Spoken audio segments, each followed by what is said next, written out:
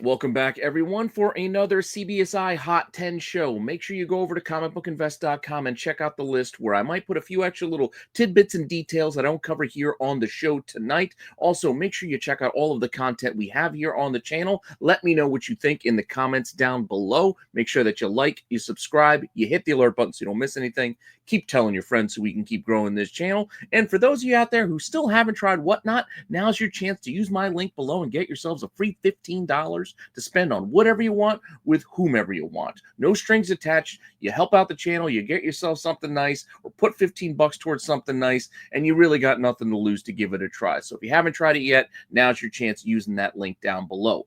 While you're there, you might also need some supplies. And if you need to get some supplies, you might as well save some money while you do it. Use the link and my code RENNA10 down below to save yourself 10% off your entire order. This will help you get your bags, your boards, your long and short boxes, CGC boxes, top loaders, whatever you need to keep your comics and collectibles safe. You might as well save yourself some money while you do it. So 10% off. Use that code RENNA10 down below. Now, with that all out of the way, if you just want to see the Hot 10 list, don't worry. I got you covered, and I will start it up as soon as this little break is over.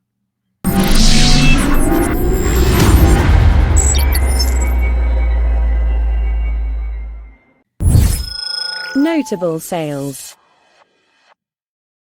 And for our first notable sale, we have a classic. This is Green Lantern number 87, the first appearance of John Stewart. Now, we know we're getting John Stewart and Hal Jordan in that HBO series featuring the Green Lanterns, and people are starting to pay attention as we're starting to get some more news. We might start getting some costume pictures and that kind of thing. Those will probably start driving some interest back into these books as well. But for now, Green Lantern 87 sold this week at a near all-time high. This had dipped for a while, and it bounced back strong this past week with a $5,400 accepted best offer sale on a $5,500 ask that sold just yesterday on January 2nd. Again, to keep this in context, a couple of years ago, this hit about $6,000, so it's almost back up to those numbers, but when you compare it to just last week on Christmas, a similar 9.6 sold for only $1,950 to more than double over the past week. That's a crazy jump and a crazy bounce back. So it's a nice looking copy, and that's a heck of a sale you got right there. Now, with that said, that's one notable for the week. The other is an interesting one. This features, a fan favorite, Todd McFarlane, doing Amazing Spidey, Amazing Spider-Man 301. But it's not the regular release of 301. This is the Toy Biz reprint. Yes, this is the comic that would have come with the little Spider-Man action figure. So you bought the Spider-Man Marvel Legends, the original, the original few. It would have come with a comic. This was the comic included. So getting those in high grade is pretty tough, but still, $1,000.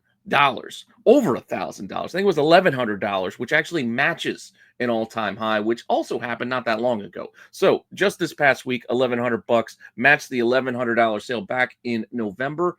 Before that, this was only a couple $100. This was like $300-400 for a 9/8. So both of these sales the last month or so have been pretty strong. And again, just a notable thing to see that folks are kind of gravitating towards these odd little reprints and putting a decent chunk of change towards them. Now, those are our notables for the week. So if you want to see the actual list, don't worry. We're going to start it up right now with number 10.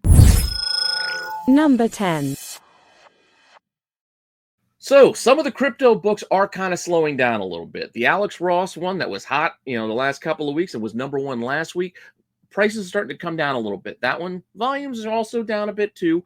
So that one, isn't here, but we do have this one, which is an alternative crypto cover. I mean, we've seen a couple of crypto covers start to heat up because a lot of folks can't afford that first print, first appearance of crypto, so they're looking for alternative books as they're getting excited for the Superman movie. With that said, this cover by Ed McGuinness is a classic. It's fun. It's this is probably the angriest crypto cover that we have. And granted, not a huge, huge number of volume. It's only about a dozen sales, but it's averaging like $16. And it is worth noting that out of nowhere, people are starting to turn towards different covers and different books just to start collecting them, where, there might have been like one or two sales the prior week. And we're talking about going from a couple of bucks to starting to sell for 16, a high sale of a newsstand at $30 is also something to note and something to keep an eye out for, as folks do pay a premium for a lot of these newsstand covers. So that's something to keep in mind when you're out there digging in boxes, etc. So here's another crypto that seems to be gaining a little bit of interest there in the market. Granted, we're still on the low end of the list, so not a ton of volume, but we'll see if this starts to increase or if people start to take a time out and move away from all the crypto books. We'll see. Now, with that said, let's get on to our next book. Number 9. New this week, we have the third print from Mark Spear's Monsters #1. And with that, we also have a 1 in 20 incentive that is a pretty cool homage to Nightmare on Elm Street, which is one of my favorite, horror properties of the 80s. Personally, I always liked Freddy more than Jason or Michael Myers, and Freddy was just one of my favorites growing up as a kid. I don't know why, he just was. So I really like this cover, and it's doing all right considering it is a second print incentive book. I mean, a third print incentive book, and that usually has a limited market. Like, we don't see a ton of volume, and even here we only got about a half dozen sales this week, and they're averaging $75, which is a decent premium when you consider this is only a 1 in 20. Now, we'll see if we start seeing more and more volume, how many of these are ordered. Is there going to be a shortage? Is there going to be more interest in copies available? That is all remains to be seen. But for now, enough movement and enough movement at a premium price to make, again, the bottom end of this list, as, again, we're around the holidays. The market is moving a little bit slower, so not everything is moving in huge volumes. So some of these books, we're going to see kind of fighting for positioning here, are pretty close when you put things into perspective. Now, with that said, we're going to move on from number 9 and see what we got at our next spot. Number 8. So back on the list after a week off, we've got that Grant Morrison Frankenstein book. This is the Seven Soldiers Frankenstein #3, the Doug Mahnke cover. Pretty awesome. This is the first appearance of the Bride, who, again, is killing it on that Creature Commandos cartoon. Just saying. It's a great series. It's a fun watch. Glad we're getting a second season of that. So I think with that announcement last week, we're starting to see people turn back to some more of these books just to make sure that they pick them up. Now, why is this here? Again, with only about a dozen plus sales? Well, it's because the prices are starting to go up a bit. When we had this on the list 2 weeks ago, this was like a $25 book. Now it's more of a $35 on average sale, with highs reaching up to $60 raw. That's right, 35 and up to 60. And there's even a 9.8 sale this week of $200. So prices are starting to tick up on this, and it's worth keeping an eye on, and it's worth noting, and which is why it made it here at number 8. Now, with that said, let's see what we got here in our lucky spot. Number 7. So at lucky number 7, we have an appearance of Lobo. Now, this is the main man, closer in appearance to what we would expect. That's what a lot of people point towards this book as. This is Justice League International number 18. It's sort of the redesign, because remember the original, appearance of Lobo? He looked pretty goofy with that weird purple and beige colored suit. He looked like a circus clown of a sort. Just saying.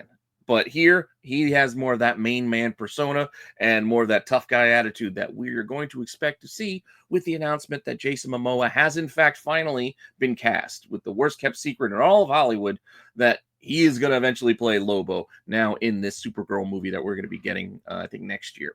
With that said, great Kevin Maguire cover. You got Guy Gardner there with his awful haircut, which is also going to be perfectly represented in the DCU with James Gunn's next Superman movie. But a couple dozen sales on this bad boy. Granted, most of them are very, very cheap. We're talking like $3, $4, $5 in that kind of range. But there is that outlier sale where it's hitting 10, 15, even as high as $30 out of nowhere. And why is that notable? Well, because before this is like a $1, $2 book. And nobody was buying it. There's tons of these out there. It's been talked about a few times before. It's one of those things that just gets forgotten about and tucked in those back issue bins, and no one touches it. Now, we're just starting to see those copies start to hit the market as people are getting excited for this Lobo announcement. Granted, we just got an announcement. We got no images, nothing coming very soon. So expect to see more in the coming months, since that movie, again, is like a year out. But a lot of excitement, though, with that announcement and that confirmation that Momoa is finally going to be playing Lobo. With that said, let's move on to our number 6 spot. Number 6. Back on the list again, we have Return of the Living Dead. This is the cover A, the Mark Spears cover. Why is this one here? Is we finally got these copies hitting stores. Remember, the last few weeks, shipping has been weird to a lot of LCSs. A lot of delays, a lot of people getting their books late. So things looking like they don't have copies. Copies are just not on shelves. Things are finally showing up, and things are starting to kind of normalize as we begin the new year. It could still be a little wonky in a week or for the next week or so, but a lot of shops have had some difficulties getting things on time. Even one of my local shops only just got books today, Friday, for this week. And so I had to wait to get a couple of my books today. With that said, with copies out there, we're now seeing prices come down, but still a ton of volume on this one. This one was here last week, averaging about $25 with like a couple dozen sales, because again, not everybody had copies. Now, as copies have hit more spots and hit more stores, there were a ton of sales in the cover price range of only like $4.99, $5.99, $6.99, tiny little premiums here and there, and then still some big premiums getting that $15 to $20, so sort of marker, which is why we overall now, after more copies have hit stores, have over 150 sales, which is a ton of volume. But the price is now down to an average of $13 from where it was last week. So normally I wouldn't put something like that on the list, but given the fact that it's a slower market, and I'm open to the concept that volume is also something to be very aware of, and there are enough selling at a premium that this is still notable, despite the fact that those early pre-sales and those early stores that got this ahead of some others got a bit more of a premium than shops are getting now. It's still worth noting, as this still is getting that high at $26, but the average overall for the week is a bit down because tons got to move at that cover price mark.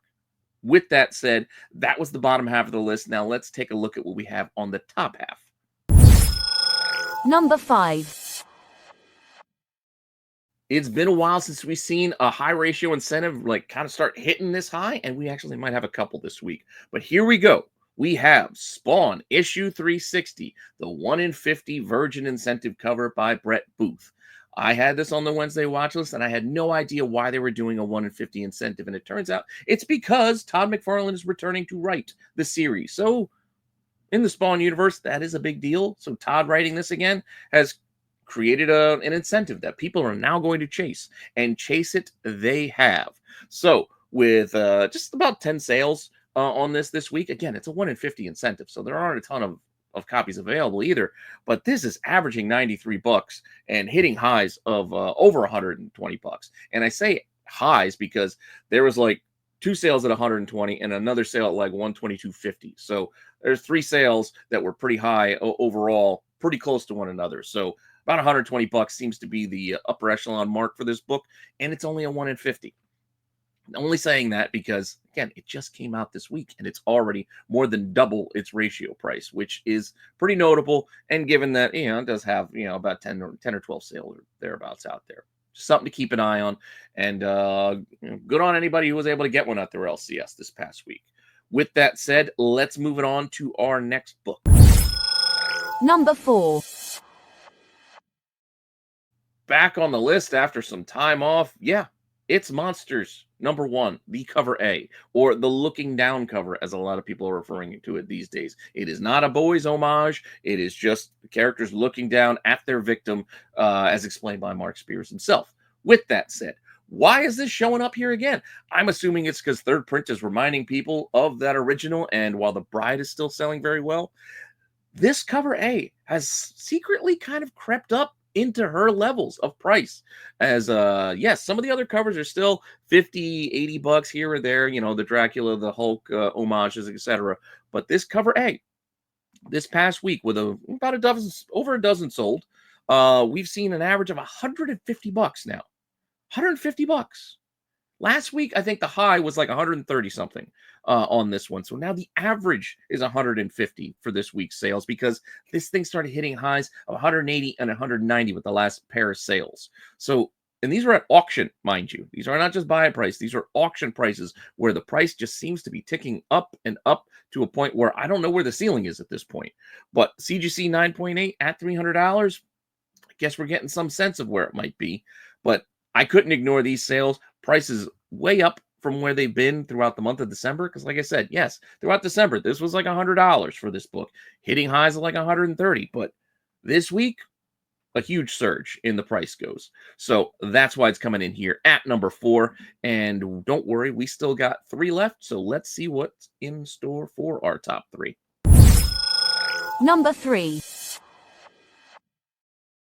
Can't shake this book. Again, high ratio incentive, Spawn, Gunslinger Spawn, Todd McFarlane cover, black and white. This thing has just been lingering and lingering. But wow, this week it really surged because Deadly Tales of the Gunslinger Spawn, the number 1 in 50 variant, as I said, it's been here 2 weeks now. But this week, again, with only about 10 sales, we had 10 sales like we've had the weeks prior. But the average is now $250. That's double where it was last week. That's the average. And there was a high sale at auction, $355 for this thing. $355 for a 1 in 50. That's only a few weeks old. Crazy, crazy high prices. Just saying. Just things to note. And again, it surged higher than I would have expected. Way past where I thought we hit the ceiling last week. But again, the average now doubled. So with that, easy to mark this one in at number 3.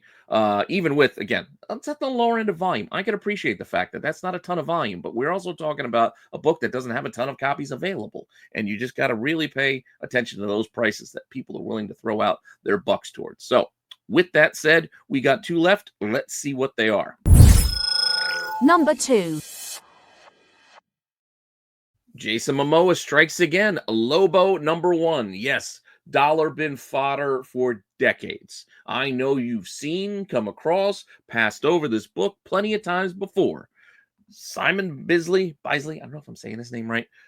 Awesome cover, classic cover, iconic cover for Lobo at this point. But again, I know you've seen plenty of copies out there, and you've passed over this probably plenty of times before for it's like, again, a couple of bucks, maybe even $5. This week, about 100 sold, averaging about $15 now, with highs reaching $30. CGC Direct 9.8. So that's, the Direct editions, $200.